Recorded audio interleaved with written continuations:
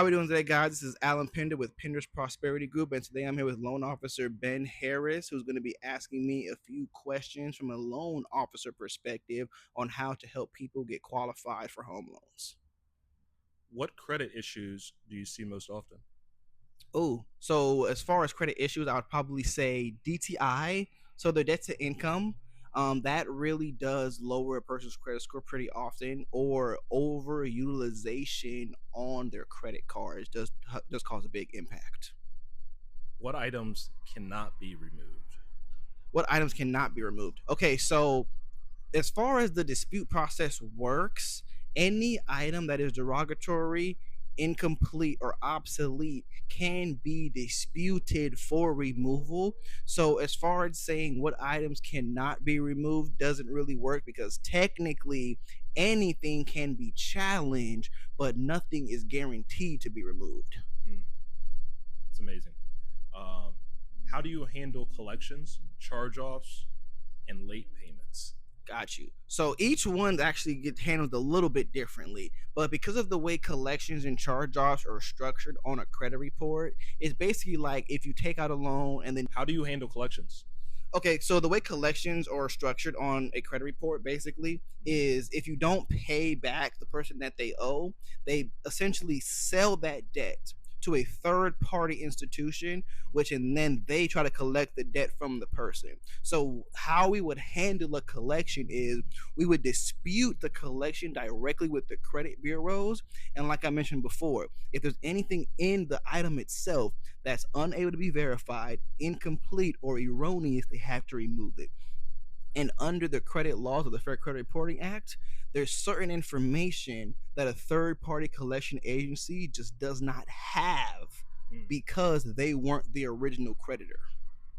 Oh wow. Okay. How are charge-offs handled? Okay, so charge offs are actually very, very similar to the collection, except in this case, because the debt was written off through taxes to the government, kind of like an income tax kind of deal. Mm-hmm. Once you challenge that, technically the debt was paid. It just wasn't paid by the person who owed the debt. So we would challenge it similar to the way that we would challenge the collection because technically it would be considered erroneous because the company did receive compensation. Wow. Okay. And last but not least, but how do you handle late payments? Okay, that's actually a really good one. So I've noticed that a lot of people in the industry they kind of attack this wrong Uh-huh. because just because an account has a 30 or a 60 or a 90-day late payment in the history of the account, you don't want to dispute the entire account itself because then you could risk deleting all of the credit history that comes with it.